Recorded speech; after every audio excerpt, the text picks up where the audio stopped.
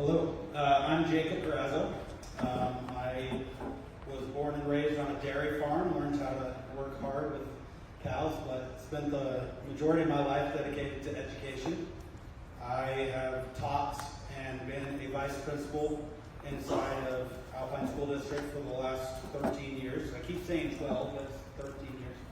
I currently teach in Lehigh as a high school history teacher, but as mentioned, I have experience as an administrator as well. My family and I thought it would be best if I went back into the classroom.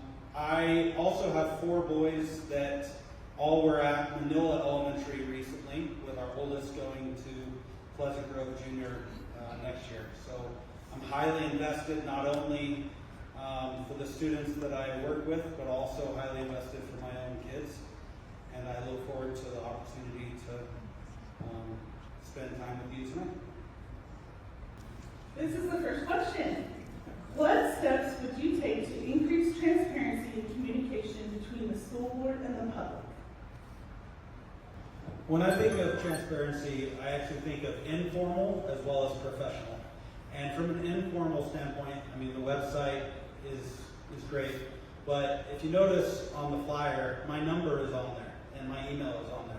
I think it's appropriate to be open. People can reach out and speak to the people that are representing them. As well as that, at the school I teach at, our principal does a principals and pastries once a month. And I think it's a great opportunity. Parents come and meet with them and have an informal conversation. I'm not saying I'm going to have pastries once a month, but something along those lines. And then from a professional, transparent standpoint, as a educator, as a teacher, we take surveys quite often. And it's important that we actually are able to see the results of those. And I seek, if we're doing surveys, putting it out there and showing the results so people can understand why we're making the decisions we are. How do you plan to ensure taxpayer dollars are used efficiently and responsibly across the district? So, first, I think of the importance to look at the research that we have. There is a lot of educational research out there showing what directly leads to student learning. And if we can make decisions based upon research that's backed by years of practice across the nation and within the state, I think that we can make appropriate decisions. Also, one of our first job on the school board is hiring a superintendent as well as a business administrator.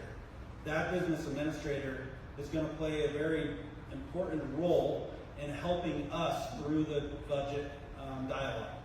And they're not going to have the final say of anything, but we are not going to be complete experts on everything. And so hiring the right people as well as learning from the right people will help us along that process. How would you advocate for the new school district's needs with state lawmakers and the Utah State Board of Education? I'm going to tell you a little conversation I had. I called up our state representative, John Hawkins, and I asked him about this question of how do we build a team. And he actually shared, he didn't share names, but he said there was a few members of the board that never had talked to him, never called him. And I think I know it sounds simple, but being willing to make a phone call and to show up at the Capitol Hill to make sure that people recognize that we are here to advocate for those needs. Now, we are merging out of Alpine School District. There is a lot of people in Alpine School District that have been working at this for many years. Referring to them and talking to them to learn from their example will also be essential at the start. What specific criteria would you use to determine whether the superintendent is the right leader for the new school district? So I answered this question in an email the other day, and the first thing that comes to mind is someone that cares about the individual. Someone that is willing to care about the individual students, teacher, parent, or community member. And that culture of caring, I think, will lead into being an appropriate leader of education, because a lot of educational decisions are about caring for one. Now, I want someone that is visionary. I want someone that's willing to look at our current situation, and instead of just look at status quo, look ahead and see how we can move forward. But also someone that's willing to build the leaders around them. The superintendent is going to have a team, and I don't think it's their say is the only thing, but also building up the leaders around them and allowing them to serve. What level of time commitment do you think will be required for the school board to effectively build a new school district? I concur with what they're saying. It's going to take a lot of time, but might I add, and I haven't came out and said this, when I transferred from being the vice principal to back into the classroom, I actually decided to go back on a part-time basis. I had some other things going on that helped supplement our income, and I had the time available. My wife would probably appreciate it if I, on the days off, less time of me bugging her. But so I work every other day because I work on B days at the high school. So some weeks I'm working Tuesday, Thursday. Some weeks I work Monday, Wednesday, Friday. And I have the time and work ethic to be able to do what it takes to fulfill the job. What experience do you bring that will help you serve effectively on the board? I've been able to serve in all aspects of being a stakeholder. What I mean by that is I am passionate as a parent, but then also I've been heavily involved at both a teacher and an administrative role.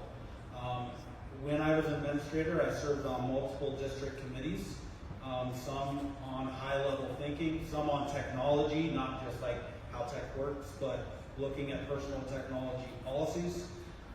I've been able to serve in all aspects of the district.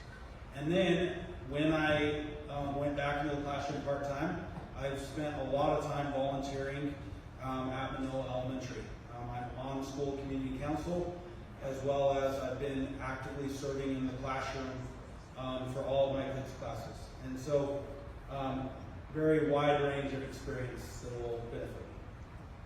What's your view on class sizes and staffing ratios?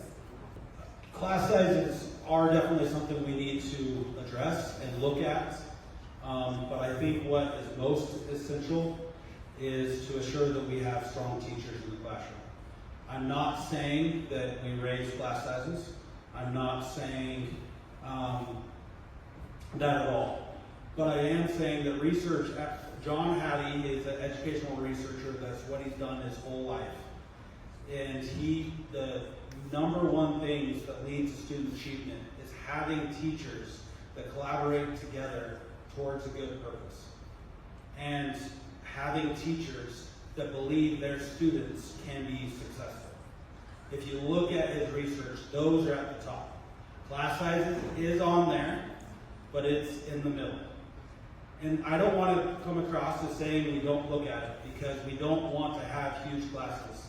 But as we look at our budget, I think we need to look at other things first. If you are not elected as a school board member, how will you continue to advocate for what you feel is most important in our new school district? I would continue to do what I've already been doing, and that's being active. I'm serving currently on school community council. I'm currently volunteering in the classroom. I would be local in the sense of assuring our communities being represented. And so I would continue to do what I'm doing right now. What are the greatest assets and challenges facing our new school district? I'll start with challenges. It's estimated that we're going to be starting off with about a $21 to $22 million budget deficit. I think that's something we have to look at immediately, as well as we have lowering enrollment in most of the district. Vineyard is the only area that is growing, and so we have to look at that, as well as we don't have specialty schools that we have been having. Dan Peterson's special ed school, as well as Polaris for high high school students, whether we share those with the neighboring districts or how we work through that. Those are things we're going to have to address. Our greatest assets has already been mentioned, and that's the employees that we have, but also I'll look at the opportunities we have. We can build our outreach with BYU, UVU, as well as I see this beautiful theater like Ruth Theater getting built. We have so many things around that we can reach out and build opportunities for our students to enjoy. What are the top 3 to 5 job responsibilities of a school board member? Every decision that we are going to make comes back to are we doing what's best for students and student achievement. We are representing the voters that voted us in, but our job is to do what's best for the community by helping our students learn and grow. That starts with hiring a good, visionary, and responsible superintendent and business administrators. And then from there, as we make budget decisions, as well as setting policy, it should all come back to student achievement. I wrote down here a question that was asked the other day. Somebody asked me, are you going to represent the community to the district, or are you going to represent the district to the community? And I would argue my job is to represent the community to the district, because that's who voted us in. What are your goals for your first year on the school board? Where do you see the district in 5 years, and how will you measure if the district is successful? In that first year, I think I really like, as you said, there's a lot of learning that's going to be happening, but I would like a smooth transition for the schools that we have, that they don't even necessarily notice that we're changing into a new district. Yes, the name is going to change, but I would like the teachers and the administrators to continue to do the great job they're doing. And that would mean that at the district level, we're doing our job. I also mentioned earlier, we're going to need to look at our budget and balance our budget. If we have an estimated deficit, that's going to be something that needs to be addressed within the first year.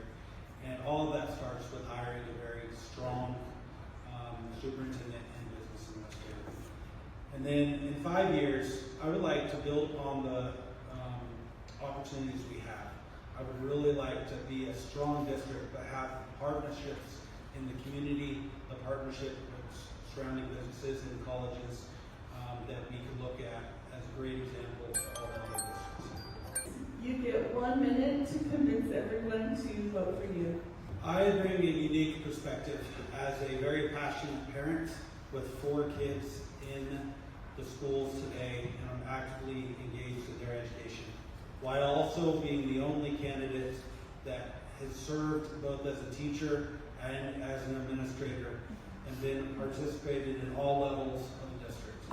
I know what it takes to bring student achievement into the classroom, because I'm doing it on a day-to-day basis. I believe that both perspectives matter, and that should be something that you look forward to. I care deeply about this opportunity. I feel that as we look forward in Alpine School District, we need someone that has the experience in the classroom, because I do believe an educator's voice matters. Educator's voice is someone that is able to look at the research and make sure that we're making decisions based upon real practical ideas and real research that leads directly back to student achievement.